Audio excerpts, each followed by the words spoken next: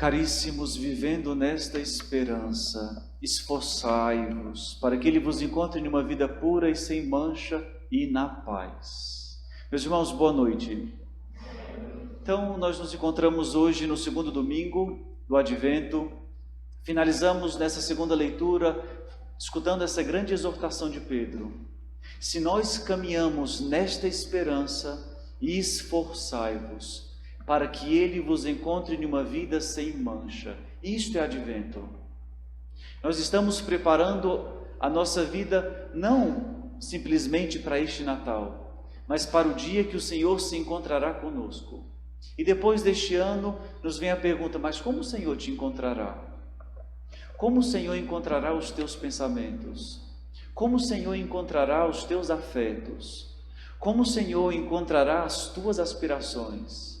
Em uma vida pura e sem mancha e na paz, como Ele irá te encontrar? Meus irmãos, domingo passado nós escutamos o capítulo 13 de São Marcos, que nos falava de uma expectativa do Senhor que veio, mas o Senhor que virá.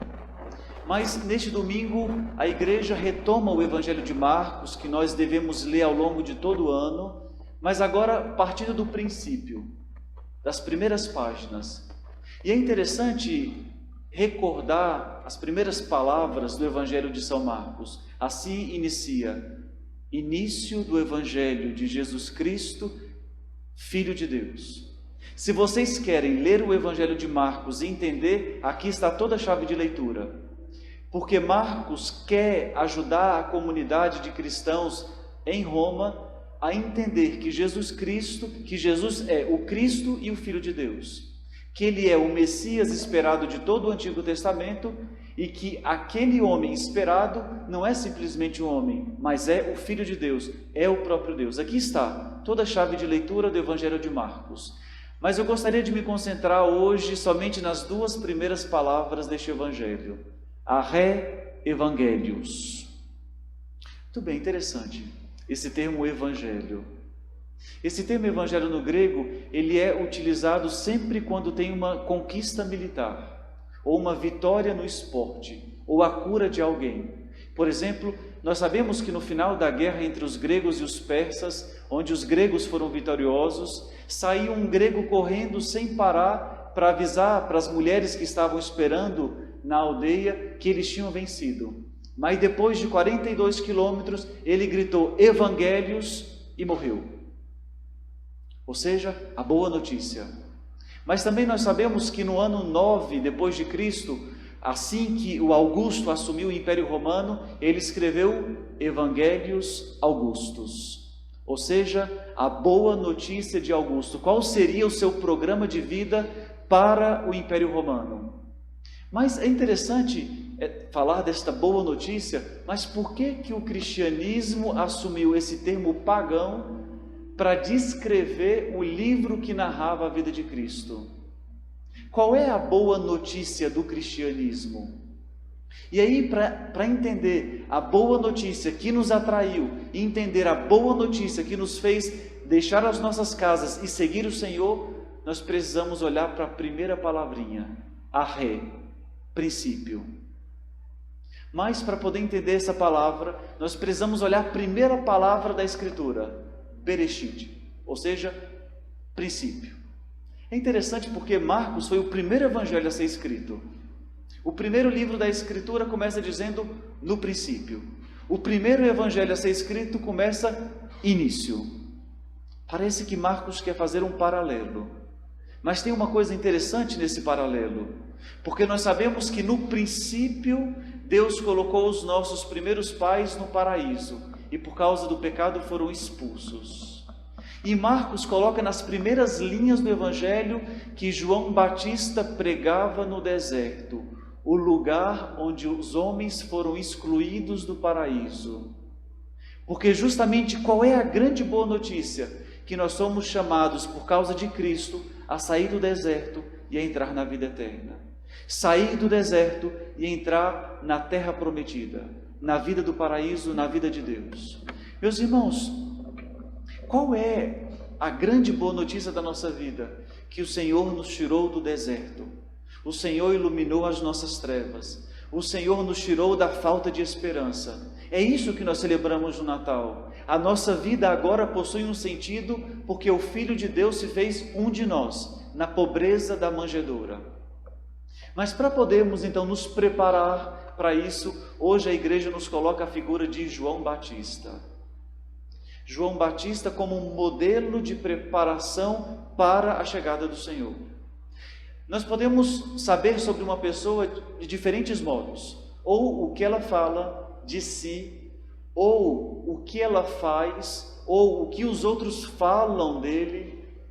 Então, quem é João Batista? Hoje no Evangelho nós sabemos o que ele fala e nós também sabemos o que ele faz. Então vamos tentar descobrir quem é João Batista. Tudo bem, hoje João Batista diz que a pregação dele se concentrava em anunciar: convertei-vos. É interessante entender o que é a conversão, porque todos nós, para recebermos o Senhor, nos devemos nos converter. E o que é a conversão? A palavra grega utilizada aqui é metanoia, formado de duas palavrinhas, uma preposição e um substantivo. Metanoes. Noes é o pensamento. Metá é uma preposição que indica em direção. Ou seja, o que é a conversão? É colocar a cabeça em uma direção. É colocar os nossos pensamentos em uma direção. Mas não é simplesmente colocar, saber aonde deve estar o nosso pensamento, é estar convicto disso.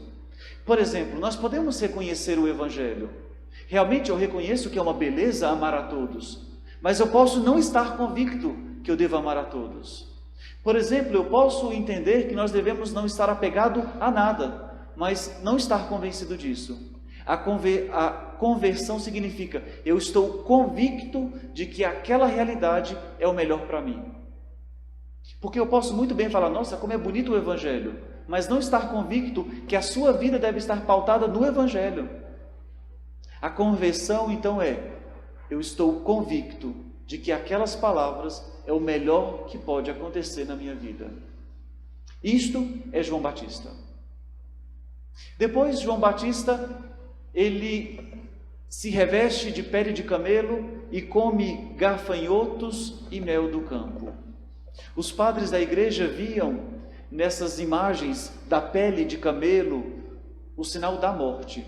Eles falavam, mas o que é uma pele de camelo? É um animal morto.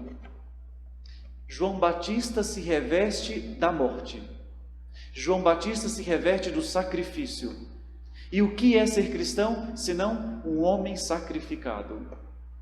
Um homem que mata o homem velho. Alguém que mata o próprio eu. O eu egoísta, autossuficiente, orgulhoso. Ou seja, nós devemos nos revestir da morte. Porque somente revestidos da morte, nós poderemos ser homens novos. Mas depois, ele come gafanhotos e mel. Não é que simplesmente para indicar que ele estava no deserto, mas para indicar que a sua vida era pautada naquilo que era essencial. Ele se alimentava daquilo que era o mínimo para sobreviver, o essencial.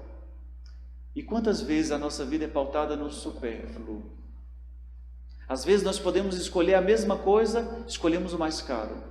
Às vezes nós podemos levar uma vida mais simples, escolhemos a mais complexa. Podemos fazer uma estrada mais fácil, complicamos. A vida do cristão é a vida do essencial. Nós devemos descobrir o que é a essência da vida.